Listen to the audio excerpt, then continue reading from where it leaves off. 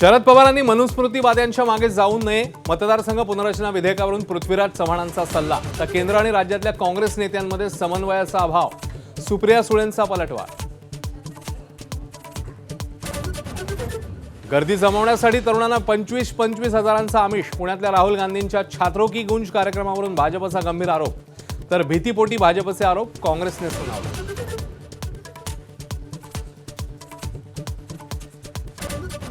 दिल्लीमधल्या संसद मार्ग police station बाहेर राहुल गांधींसाठी या जंतर मंतरवरील आंदोलकांविरोधात पॅलेट गन वापरणाऱ्यांवर एफआयआर दाखल करण्याची मागणी. 6 तासांच्या आंदोलनानंतर अज्ञाताविरोधात तक्रार दाखल. पुण्यामध्ये अंगणवाडीतल्या पोषण आहाराचा पर्दाफाश करणाऱ्या अंगणवाडी सेविकेची बडतर्फी मागे. कामावरून काढलं असतं तरी आवाज उठवला असता, अंगणवाडी सेविकेचा निर्धार.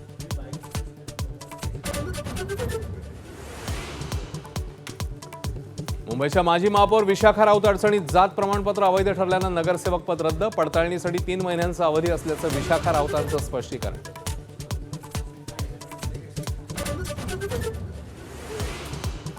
राज्यातल्या शाळांच्या दयनीय अवस्थेची जबाबदारी स्वीकारून दादा भुसेंनी राजीनामा द्यावा, शाळा सुधार आंदोलन हाती घेणाऱ्या अभिजित दिपकेंची मागणी. तर शिक्षणाचा दर्जा उंचावण्याचं काम सुरू, शिक्षण मंत्र्यांचं स्पष्टीकरण.